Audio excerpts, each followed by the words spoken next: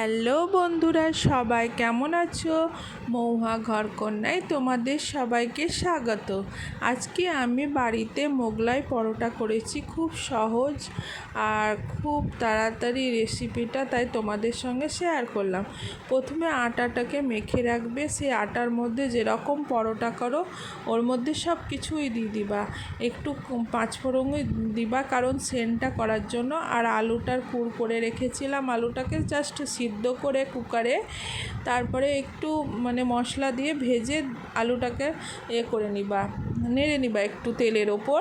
তারপর ডিমটাকে পেঁয়াজ কাঁচা লঙ্কা সব কিছু দিতে পারবো, কিন্তু আমরা বাচ্চারা খাবে তাই কাঁচা লঙ্কা দেয়নি, কিন্তু হেভি টেস্টি, খুব সুন্দর হয়েছিল। এইভাবে মুখটাকে মুড়ে নিতে হবে, তারপরে দুই পাশে ভালোভাবে চিপে সুন্দরভাবে সব কিছু লাগিয়ে এইভাবে যেভাবে আমি করেছি সেইভাবে করবে, অবশ্যই খেতে দারুণ সুন্দর টেস্টি লাগবে।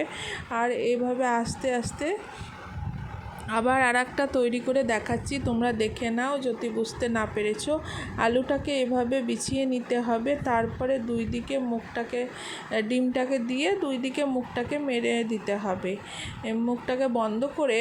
তখন এবার তেলটা গরম হবে, তখন একটা একটা করে ভেজে নিবা।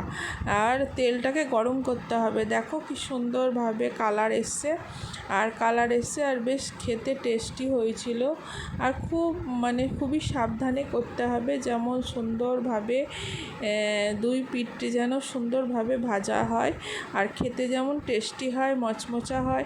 এইগুলো রাত্রে ডিনারে, ব্রেকফাস্টে বা বাচ্চাদের টিফিনে সব সময় করতে পারবে, খুব ইজি আর খুব সহজ ভাবে তোমরা কোথাও গিয়ে ক্যারি করতে পারবে, কোনো ঝামেলা নাই, কোনো কিছু লাগবে না। শুধু সামান্য একটু সসটা অপশনাল, তোমরা খেতেও পারো নাও খেতে পারো, এরকমই খেতে পারবা, হেভি টেস্টি। অবশ্যই করে খাও, আমি যেইভাবে করলাম।